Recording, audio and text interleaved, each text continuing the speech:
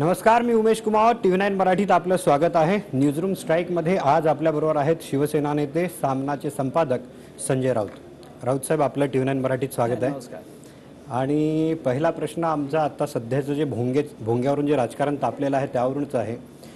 भोंग्यावरून राजकारण तापलं, त्यानंतर आज गृहमंत्र्यांची आणि मुख्यमंत्र्यांची बैठक झाली. त्याच्या अगोदर नाशिकचे पोलीस कमिशनर आहेत दीपक पांडे, त्यांनी काही दिशानिर्देश काढले. म्हणजे राज ठाकरेंनी भोंग्याचा मुद्दा उचलला, त्यानंतर सरकार गंभीर झालं. याचा अर्थ असा पकडायचा की शिवसेनेची आता राज ठाकरेंच्या मागे फरफट होत्या हिंदुत्वाच्या बाबतीत? नाही, अजिबात नाहीये. शिवसेनेची फरफट कुठेच होऊ शकत नाही, खास करून हिंदुत्वाच्या बाबतीत. महाराष्ट्रामध्ये काँग्रेस आणि राष्ट्रवादी बरोबर आम्ही सत्तेत आहोत, पण आमचा हिंदुत्वाचा मुद्दा कायम आहे, हे आपण वारंवार पाहिलं असेल. आता राज ठाकरेंनी हिंदुत्व स्वीकारलं की नाही, नक्की कोणत्या प्रकारचं हिंदुत्व त्याने स्वीकारलं आहे या संदर्भात आपल्याला थोडं संशोधन करावं लागेल. ते राजकारणापुरतं हिंदुत्व आहे की भारतीय जनता पक्षाला जे हवं आहे त्या प्रकारचं हिंदुत्व आहे? असे खूप हिंदुत्वात प्रकार आहेत. शिवसेनेचं हिंदुत्व जर तुम्ही म्हणाल तर ते अंतरात्म्याचं हिंदुत्व आहे. याच्यामध्ये राजकीय फायद्या तोट्याचा विषय किंवा विचार बाळासाहेब ठाकरेंनी कधीच केला नव्हता. किंबहुना शिवसेनेने हिंदुत्वासाठी सतत त्याग केलेला आहे. अशा प्रकारचं हिंदुत्व तुम्हाला दुर्मिळ दिसेल. हिंदुत्वासाठी आम्ही सर्वस्व त्यागायला तयार आहोत. सत्तेचाही मोह आम्हाला त्यासाठी पडणार नाही. पण आजचं हिंदुत्व जे दिसतंय, जे तुम्ही सांगताय, ते हिंदू मतांमध्ये फूट पाडायची, महाराष्ट्रात खास करून, आणि शिवसेनेला अपशकुन करायचा. याच्या पलीकडे मला हे नवीन हिंदुत्व फार झेप घेतं असं वाटत नाही. त्याच्यामुळे आमची फरफट व्हायचा प्रश्न नाही. भाजपच्या मागे कोणाची फरफट चालली आहे किंवा भाजप कोणाला फरफटत घेऊन चाललेला आहे? फरफट होत नाही, मग एवढं गंभीरतेने घ्यायची काय गरज होती? शेवटी आता दीपक पांडे आता दिशानिर्देश देतात, गृहमंत्री मुख्यमंत्र्यांची आता बैठक होते, त्यांनी उचलल्यानंतर शिवसेना गंभीर झाली. मी सरकार म्हणून तुम्ही त्याकडे का बघत नाही? शेवटी जे या राज्यामध्ये कोणी कायदा आणि सुव्यवस्थेचा प्रश्न निर्माण करत असेल तर त्याकडे तुम्ही शिवसेना म्हणून बघू नका, तुम्ही त्याकडे सरकार म्हणून पाहायला पाहिजे. प्रधानमंत्री मोदी जेव्हा एखादी भूमिका घेतात तेव्हा ती त्यांच्या पक्षाची भूमिका नसते, ती देशासाठी भूमिका असते. हा विचार तुम्ही सतत लक्षात घेतला पाहिजे की सरकार आहे आणि या प्रश्नावरती या महाराष्ट्रामध्ये कोणी एकात्मता किंवा सामाजिक ऐक्य तोडत असेल, जातीय तेढ निर्माण करत असेल आपल्या राजकीय स्वार्थासाठी, किंवा कोणीतरी काही लोकांना वापरून घेत असेल जातीय तेढ निर्माण करण्यासाठी, तर ते सरकार म्हणून त्यांना जे पावलं उचलायला पाहिजे ते सरकार उचलतं, एक पक्ष उचलत नाही. सरकार जर अगोदर पावलं उचलायची होती तर हिंदुत्वाचा जो भोंग्यांचा मुद्दा आहे तो सर्वात अगोदर मोहित कंबोजनी उचलला, त्यानंतर नवनीत राणांनी उचलला. मग सरकार मग राज ठाकरेंच्या बोलण्याची वाट बघत होतं की त्यांनी मुंबईत सभा घ्यावी. तुमची माहिती चुकीची आहे की हे जी तुम्ही नावं घेताय, बरं का, हा एक अजेंडा या लोकांनी राबवलेला आहे महाराष्ट्रामध्ये अशांतता निर्माण करण्यासाठी.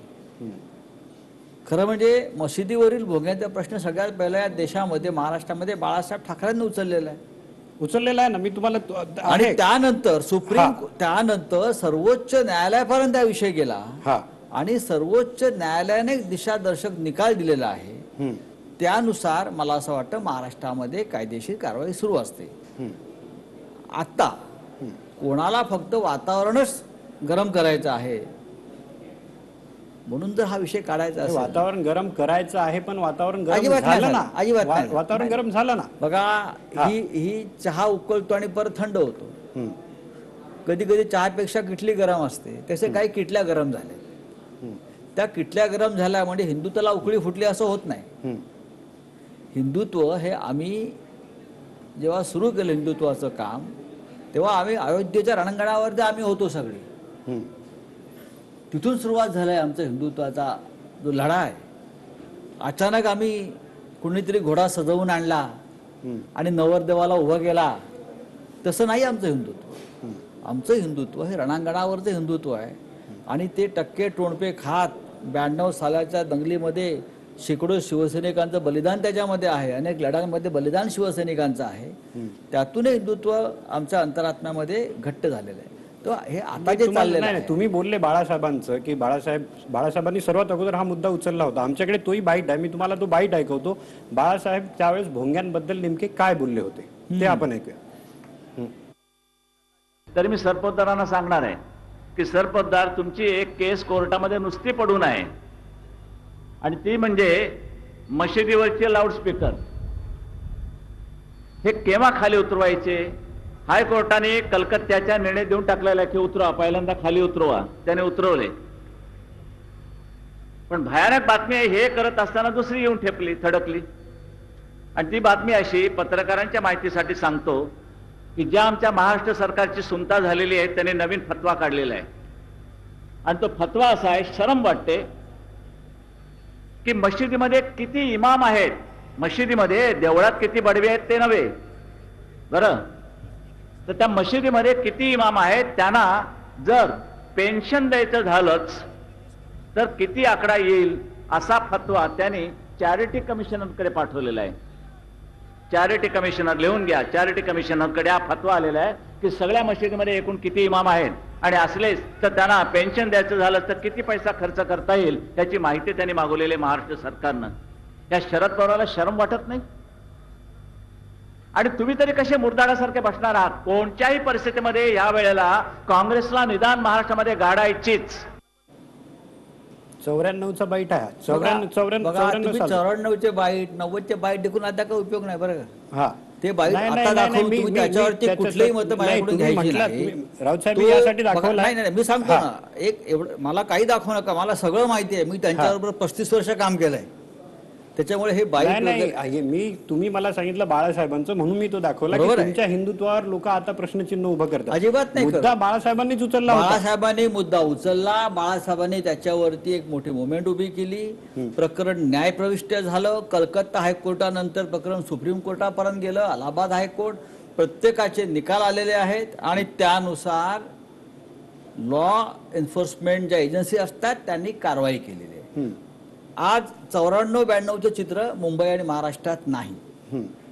परिस्थिती खूप बदलली आहे, निवळली आहे. सगळ्यांनी संयम तेव्हा राखलेला जे आहे. तुमच्या विरोधात होते ते आता तुमच्या बरोबर आहेत. असतात ना, बघा ते कुठे नसतात. ते भारतीय जनता पक्षा सरकारमध्ये नसतात का? मेवा मुक्ती आहे ते तुम्हाला दिसत नाही? जी राष्ट्रद्रोही म्हणून जिथं तुम्ही तिच्या विरुद्ध तुम्ही भोंगे लावलेत, राष्ट्रद्रोही, पाकिस्तान दार्जिनी, फुटीरतावादी, अतिरेक्यांचं प्रोटेक्टर, हा अफजल गुरु, त्यानंतर असे असंख्य अतिरेक्यांचं अवडंबर माजवणारे, तिच्याबरोबर सत्तेत असणारे भारतीय जनता पक्ष आम्हाला कसले हिंदुत्व शिकवणार? आम्ही तरी अतिरेक्यांबरोबर सरकार कधी स्थापन नाही केलं. बुरहान वाणीला हिंदुस्थानच्या लष्करानं जेव्हा मारलं अतिरेकी म्हणून, तेव्हा बुरहान वाणीच्या घरी जाऊन तिच्या कुटुंबियांना पेन्शन सुरू करणारी मेहबूबा मुफ्ती तेव्हा त्या सरकारमध्ये भारतीय जनता पार्टी होती. विरोध केला का? नाही, पण आम्ही विरोध तुमचा- केला इथे जो बसून. तुमचा विरोधी पक्ष आहे म्हणजे आता दानवे, ते बोलतात तुम्हाला हिंदुत्व शिकवण्याची गरजच नाही, तुम्ही हिंदुत्व सोडलेलं आहे. त्यांचं एक त्यांचं वक्तव्य तुम्ही तुम्हाला दाखवतो. नाही, मला अजिबात वक्तव्य बघायचं नाही. हा. असं आहे नाही, की पण ते वेगळं आहे. दानवे काय बोलतात किंवा अन्य कोणी काय बोलतात त्याच्यावरती आमची भूमिका ठरत नाही. ज्या देशामध्ये लोकशाही आहे, या देशामध्ये अभिव्यक्ती स्वातंत्र्य आहे, या देशामध्ये विरोधकांना टीका करण्याचा अधिकार आहे. जरी आज केंद्र सरकार विरोधकांवरती एक अत्यंत वाईट पद्धतीनं हल्ले करत असली, त्यांचा आवाज बंद करत असली, तरी आम्ही मानतो की विरोधकांना किंवा आमच्या विरोधकांना आमच्यावर टीका करण्याचा पूर्ण अधिकार आहे. त्याने आमच्यावरती एखादी भूमिका घेतली असेल, आम्ही त्यांना उत्तर देऊ ना, असं नाही. पण दानवे काय बोलतात? दानवे आमचे मित्रच आहेत. तुम्ही ऐकून तर घ्या, तुम्हाला ऐकायला काय? दानवे त्यांचं जे हिंदुत्वाबद्दलचं मत आहे, त्यांचं जे राऊत साहेब कोण काय बोलतंय त्याच्यावरती मी माझ्या भूमिका अजिबात ठरवत नाही पक्षाच्या. आमच्याकडे दानवे बोलले, आम्ही ऐकले. नाही, त्यांनी किस्सा सांगितला एक हिंदुत्वाचा. तुम्ही ऐकून घ्या एकदा, मी तुम्हाला दाखवतो. वाजव. तो साहेब तर भर सभागृहात म्हणतात की मी अजूनही कडवट हिंदुत्व आहे आणि सर्वांना माहिती. हे सांगण्याची गरज काय त्यांना आता? हे सांगण्याची गरज काय? पूर्वी आम्ही उत्तर प्रदेशात जायचो, आमचे दत्तोपंत ठेंगडी नेते होते. त्यांनी आम्हाला एक उदाहरण दिलं होतं सभेमध्ये. त्यांनी सांगितलं, मी UP-मध्ये पूर्वीच्या काळात जायचो तर दुकानावर लिहिलेलं असायचं तुपाचे दुकान, तर तुपाचे दुकान. आता जातो पाहत होतो म्हणे आम्ही शुद्ध तुपाचे दुकान. याचा अर्थ भेसळ झाली. तुमच्या तोंडून जेव्हा विधानसभेत आणि बाहेर लोकांना सांगावं लागू राहिलं की आम्ही हिंदुत्व सोडलेलं नाही, याचा अर्थ लोकांच्या मनात यांनी हिंदुत्व सोडलं हे पटवून देण्यासाठी पुन्हा तुम्ही सांगू राहिले. याचा अर्थ तुम्ही हिंदुत्व सोडलं आहे सांगण्याची गरजच नव्हती तुम्हाला. बाळासाहेबाच्या काळात या असा संशय कोणा घेतला का की तुम्ही हिंदुत्व सोडलं? आणि बाळासाहेब सांगतो की मी हिंदू आहे म्हणून. लोकच म्हणायचे हिंदू हृदय सम्राट, यांना सांगावं लागलं की आम्ही हिंदुत्व सोडलं नाही म्हणून. त्यांचं म्हणणं आहे की तुम्हाला प्रूव्ह करावं लागतं वारंवार. कोणी प्रश्न म्हणजे दानवे कोणीही काय प्रश्न- बघा, हा. हे परत सांगतो, इतर कोणी काय बोलतोय त्याच्यावरती आमच्या पक्षाच्या भूमिका आणि धोरणं ठरत नाही. त्यांना बोलू द्या, ते आमचे आता राजकीय विरोधक आहेत, ते आमच्याविषयी असंच बोलत राहणार. त्यांनी बोलतच राहिलं पाहिजे. चंद्रकांत दादा पाटील बोलतील किंवा देवेंद्र फडणवीस बोलतील, रावसाहेब दानवे बोलतील, अन्य कोणी बोलतील, त्याच्याबद्दल आम्हाला खंत वाटण्याचं कारण नाही. कारण अत्यंत निराश आणि वैफल्यग्रस्त अवस्थेत महाराष्ट्रातले भाजपचे नेतृत्व आज आहे. सत्ता गमावलेल्या राजकीय पक्षाच्या आणि नेत्यांची तडफड काय असते हे सध्या जर पाहायचं असेल तर महाराष्ट्रातल्या भारतीय जनता पक्षाच्या नेत्यांकडे पाहायला पाहिजे. सत्ता येते आणि जाते, सत्तेचा अमरपट्टा कोणी घेऊन आलेला नाही, आम्ही नाही. केव्हा ना केव्हा तरी प्रत्येकाला खुर्ची सोडावी लागेल. पण 1-2 वर्ष सत्ता हातातून काय गेली, ज्या पद्धतीची भाषा, ज्या प्रकारची वर्तणूक आपण करताय, ही तडफड जी आहे ना, या तडफडीतून महाराष्ट्रामध्ये ही अशांतता निर्माण करण्याचे प्रयत्न सुरू आहे. महाराष्ट्र अस्थिर करायचा, महाराष्ट्र अशांत ठेवायचा, महाराष्ट्रात जातीय धार्मिक दंगलींचा एक वातावरण निर्माण करायचं, विद्वेष निर्माण करायचा. अरे हा महाराष्ट्र तुमचाही आहे ना. हा काय महाराष्ट्राचे आम्ही सत्तेवरती आलो म्हणजे आम्ही मालक झालो का? नाही नाही, हा महाराष्ट्र सगळ्यांचा आहे. या महाराष्ट्राची मशागत तुम्ही सुद्धा केली पाहिजे, कारण भविष्यात कधीतरी तुम्ही सुद्धा सत्तेवर येऊ शकता जर लोकांनी ठरवलं. या मग लोकशाही तेच शिवसेनेला का करावं लागतं जे राज ठाकरे करतात? आता त्यांनी आरती केली, पण तुम्ही राज महाआरती ठाकरे- करणार, ते एक अयोध्येला जाणार, आदित्य ठाकरे अयोध्येला जाणार. तुमच्याकडे चुकीची माहिती आहे. राज ठाकरे आता अयोध्येला चाललेले आहेत. ते सुद्धा भारतीय जनता पक्षानं त्यांना सुचवलं असतं की तुम्ही अयोध्येत जायला हवं. पण आम्ही जेव्हा मागच्या वेळेला अयोध्येत गेलो तेव्हा त्यांनी आमच्यावर टीका केलेली आहे. त्यांचं वक्तव्य आहे की यांना देव सुद्धा उत्तर भारतीय लागतात. ह्याच्यावर तुम्ही त्यांना का प्रश्न विचारत नाही भारतीय जनता पक्षाला? आम्ही जेव्हा अयोध्येत सातत्यानं जातोय, हे अयोध्या आमच्यासाठी तुमच्या नवीन नाही. दृष्टीने तर ती ओबीसी आहेत ना, तुम्ही आता त्यांना नवं नाव दिलं. त्याच्यामुळे तुम्ही जे म्हणताय हे करतायत, नाही नाही, आम्ही करतोय, आम्हाला कोणीतरी फॉलो करताय असं तुम्ही समजा. अयोध्या असेल, वाराणसी असेल, उत्तर प्रदेश असेल, आम्ही आज जातोय का? आम्हाला निवडणुकीत यश नसेल मिळालं, पण आम्ही निवडणुकीत तिथे जाऊन निवडणुका लढतो एका हिमतीनं. आम्ही तिथे झेंडा लावतो अनेक जिल्ह्यात जाऊन, आम्ही कार्यकर्त्यांना भेटतो जाऊन, आमचे कार्यकर्ते आंदोलन करतात अनेक विषयांवर तिकडे. त्याच्यामुळे अयोध्या, मथुरेला आमचा उमेदवार होता यावेळेला उभा शिवसेनेचा. आम्हाला तो भाग नवीन नाही आहे. किंबहुना तुम्हीच उत्तर भारतीयांच्या संदर्भात केलेली वक्तव्य भारतीय जनता पक्षानं त्यांच्या बाबतीत आठवायला पाहिजे. हिंदुत्व काय आहे हे समजून घेतलं पाहिजे. पण राजकारणात सोय पाहिली जाते, शत्रूचा शत्रू तो मित्र मानला जातो, आणि त्यानुसार सध्याचं राजकारण चालू आहे. चालू द्या, आम्हाला त्याचं वाईट वाटत नाही. तुम्ही का मनाला लावून घेताय? राज ठाकरेंनी मुंबईत सभा घेतली, जिथे ते आता स्थानिक स्वराज्य संस्थांच्या निवडणुकात, महापालिकांच्या निवडणुका आहे, मुंबईत निवडणुका आहेत महापालिकेच्या. राज ठाकरेंनी तिथे सभा घेतली. ठाण्यात आहे, तिथे त्यांनी अल्टिमेटम दिला.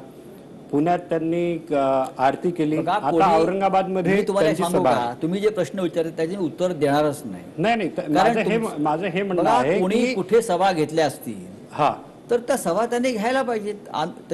सभांवरती बंदी आहे का? सभांवरती बंदी नाही नाही ना, आहे, पण अजिबात सभांवरती हे बंदी नाही आहे. महानगरपालिकांच्या ज्या निवडणुका येणार आम्ही आहेत आम्ही आम्ही त्या विषयाकडे पूर्णपणे दुर्लक्ष केलेलं आहे. गरज नाही. असं आहे की ज्या पक्षाला दुसऱ्या पक्षाकडून ऑक्सिजन दिला जातो त्यांच्याकडे काय लक्ष द्यायचं आम्ही?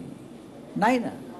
काय आहे, सगळं भाड्याचं आहे, विचार भाड्याचा आहे, भूमिका भाड्याच्या असतात, प्रत्येक गोष्ट ही प्रायोजित असते, हे सगळ्यांना माहिती आहे. याच्यावरती आम्ही कशा करता वारंवार बोलायचं? राऊत साहेब बघा, रोज सकाळी तुम्ही जेव्हा बोलता तेव्हा असं एक असतं की याच्यावर मग नंतर सगळे बाईट येतात, सगळे रिॲक्शन देतात.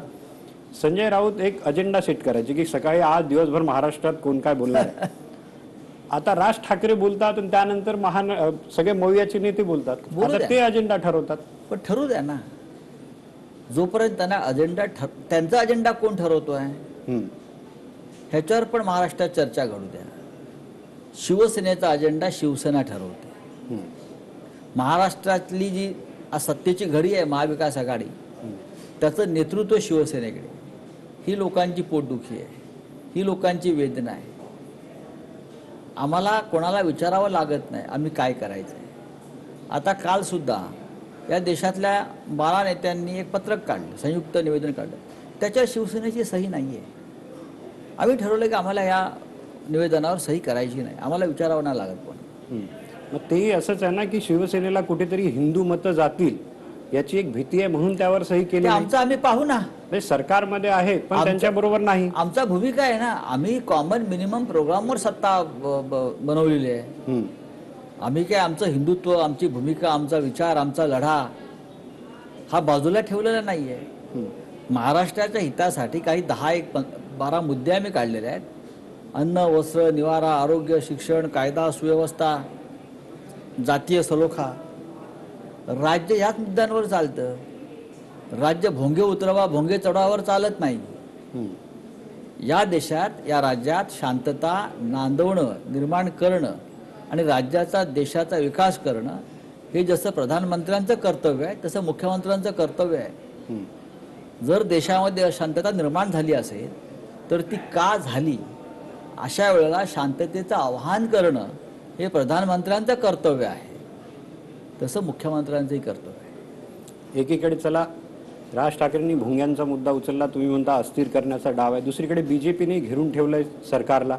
तुमचे मंत्री भ्रष्टाचारी आहेत, रोज किरीट सोमय्या येतात, एकेका मंत्र्याचे पुरावे सादर करतात, ईडीच्या ज्या आहेत त्या रेड होतात. 2 मंत्री आतमध्ये आहेत. आहेत ना 2 मंत्री आतमध्ये. 2 मंत्री आतमध्ये आहेत. ईडी आणि सीबीआय ही कवचकुंडला बाहेर काढावी. त्यांची सगळी दादागिरी आणि सगळं राजकारण या 2 संस्थांवरती आहे. केंद्रीय तपास यंत्रणा. खरं म्हणजे या 2 तपास यंत्रणांची प्रतिष्ठा त्यांनी धुळीस मिळवली. हे देशाचं दुर्दैव आहे. आम्ही सुद्धा अनेक प्रकरणं दिली आहेत ना, पण आम्हाला माहिती आहे त्याच्यावरती कारवाई होणार नाही. कारण सरकार एकतर्फी वागतंय.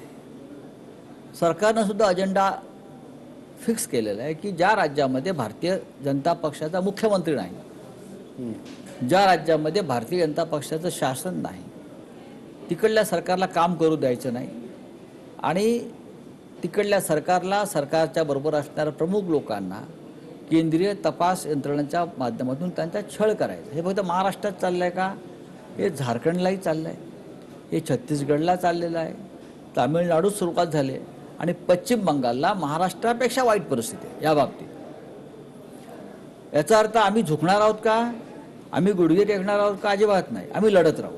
मग एकटे संजय राऊत लढत राहणार नाही.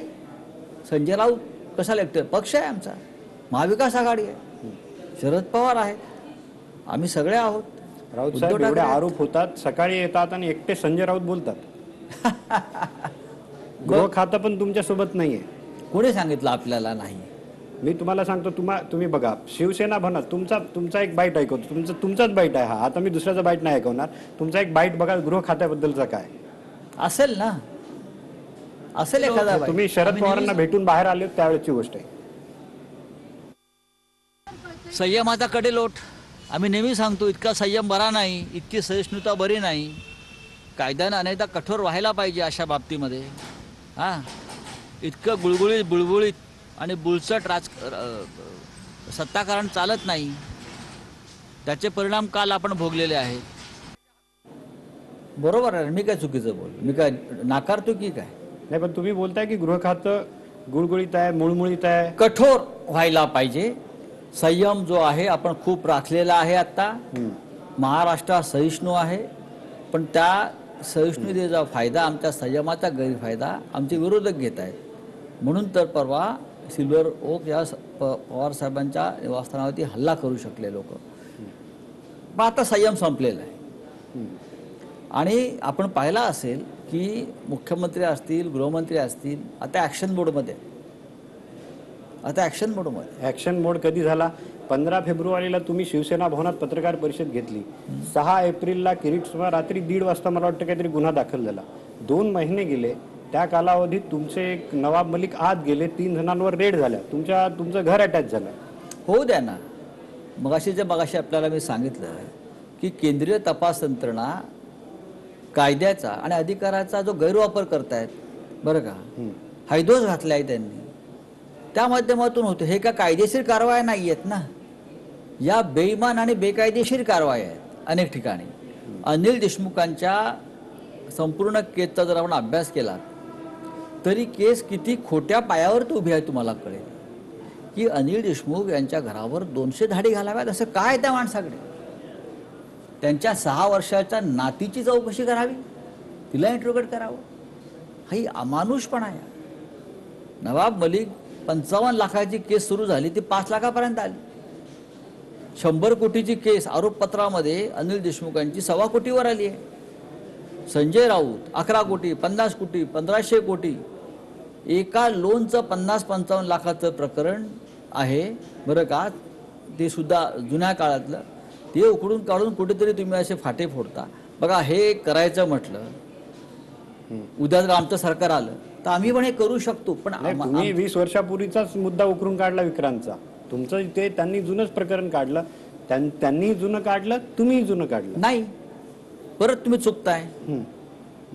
तुमची चूक इथे आहे की आज मीडिया सुद्धा एकतर्फी वागताय. विक्रांतचा विषय हा आमचा नाही आहे.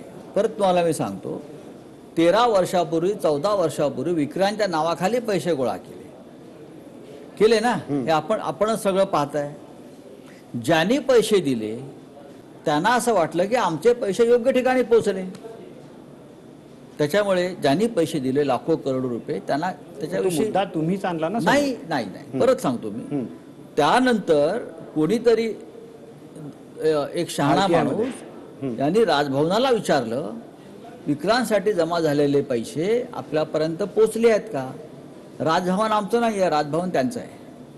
राजभवनानं लेखी लिहून दिलं, आमच्याकडे असे कुठलेही पैसे आलेले नाही आहेत. त्या संदर्भात वर्तमानपत्रात बातमी प्रसिद्ध झाल्यावर ती ज्यांनी पैसे दिले त्यांना असं वाटलं की अरे आमची फसवणूक झाली आहे.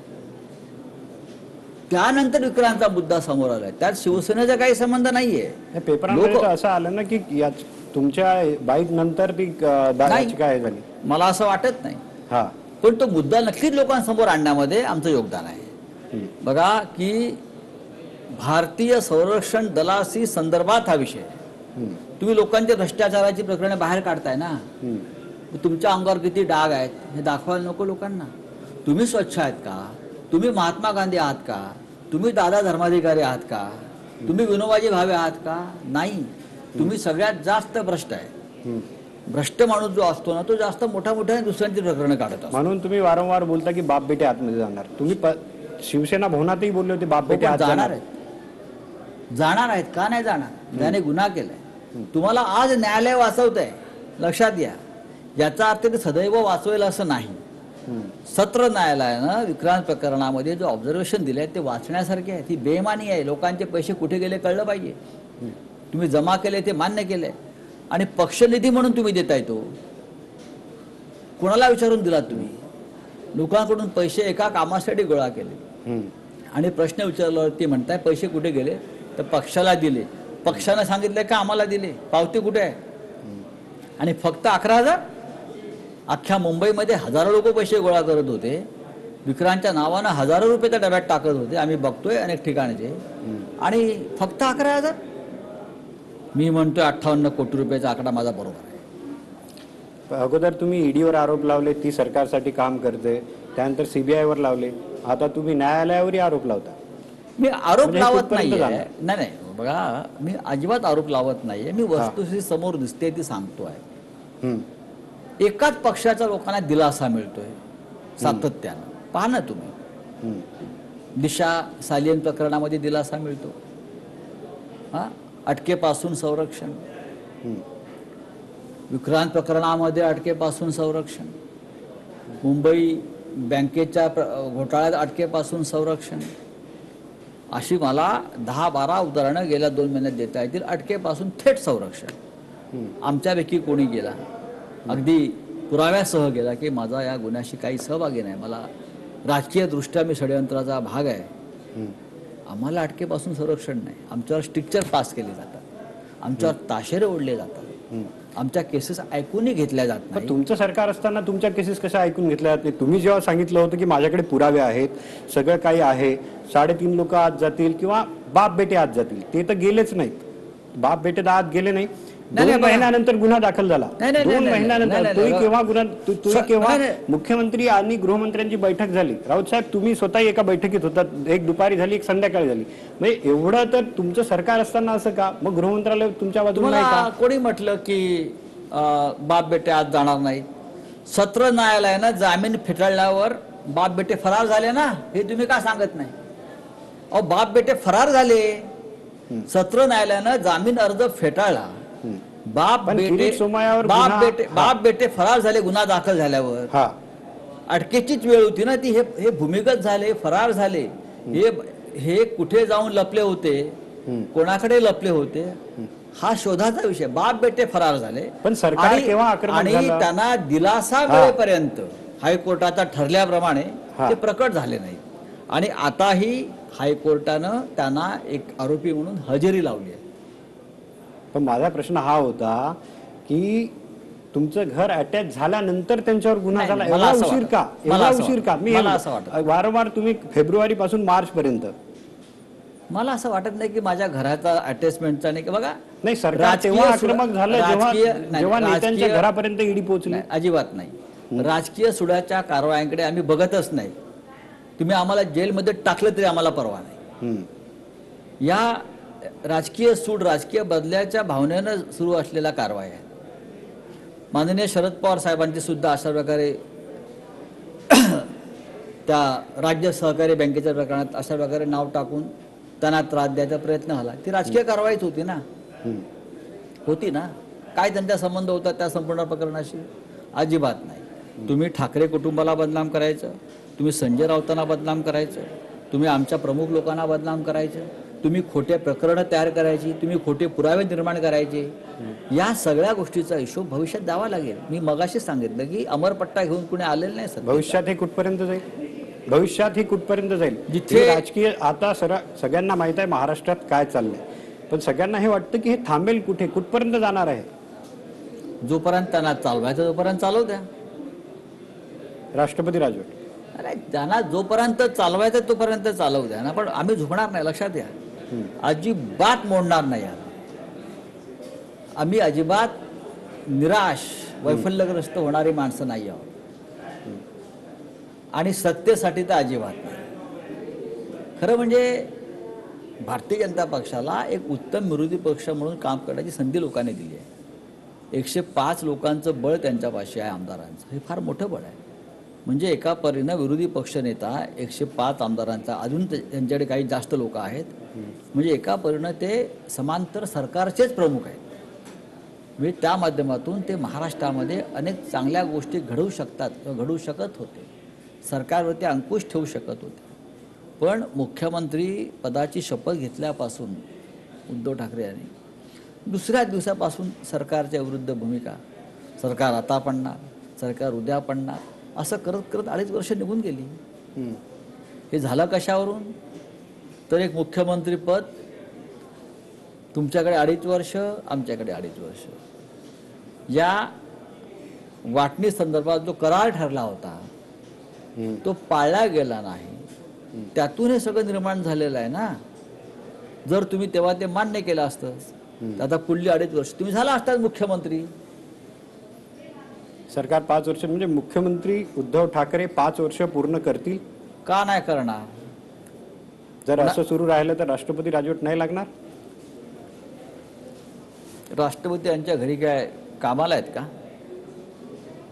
राज्यपालांचे प्रयत्न सुरू असतात आमच्या.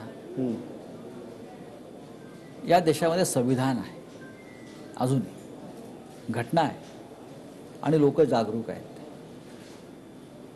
राष्ट्रपती राजवट लावता यावी अशी परिस्थिती या राज्यात निर्माण व्हावी म्हणून ते सगळं प्रकरण सुरू आहे ना. महाराष्ट्रात अशांतता निर्माण करायची, लॉ अँड ऑर्डरचा प्रश्न निर्माण करायचा, इतर काही निर्माण करायचं. हा, सरकारचं नियंत्रण नाही, कंट्रोल नाही, अमुक नाही, हा जो सगळा प्रकार सुरू आहे सध्या आपण पाहताय, हा त्यांच्या फ्रस्ट्रेशनचा, डिप्रेशनचं शेवटचं टोक आहे. लोक बोलतात तुम्हाला फ्रस्ट्रेशन आलंय आणि त्यामुळे तुम्ही जी शिवराळ भाषा त्यामुळे वापरता. कुठे वापर शिवराळ भाषा, तुम्ही शिवराळ भाषा वापरली सगळ्यांना माहित आहे आजकाल की. म्हणजे काय मला तुम्ही एका दाखवतो नाही. तुम्हाला नाही ते दाखवतो. तुम्ही काय बोलले किरीट सोमय्याबद्दल. हा, मग काय किरीट सोमय्याला अजून वापरणार मी. हा, मी किरीट सोमय्याच्या बाबतीत मी असं म्हटलं नाही, रिपीट. हा, मी नाही, त्यात तुम्ही जेव्हा म्हणताय रिपीट त्यात मग वापरली म्हणजे काय, हा. जो माणूस महाराष्ट्राच्या विरुद्ध दिल्लीत जाऊन कारस्थान करतो, मी पुराव्यासह सांगितलेलं आहे, त्याला जोड्यानेच मारलं पाहिजे. तुम्ही काय शिवांची भाषा करता, ही परंपरा आहे महाराष्ट्राची. नाही, ऐकूया ना तुम्ही. नाही, नाही, कशाला किरीट सोमय्याबद्दल काय अहो, बोलले? मीच तर बोललोय, तुम्ही मला कशाला ऐकवताय. हा. मी बोललोय ना, आणि आय रिपीट.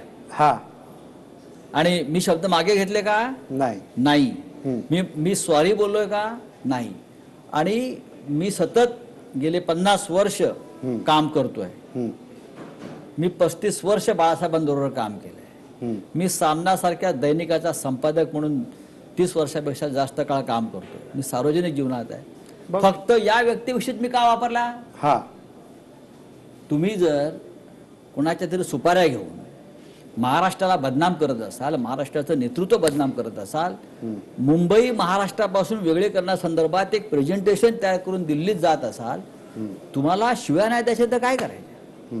संयुक्त महाराष्ट्राच्या काळामध्ये जर आपण अभ्यास केला तर आमच्या प्रमुख नेत्यांनी महाराष्ट्र द्रोह्यांना याच्यापेक्षा भयंकर भाषा वापरलेली आहे.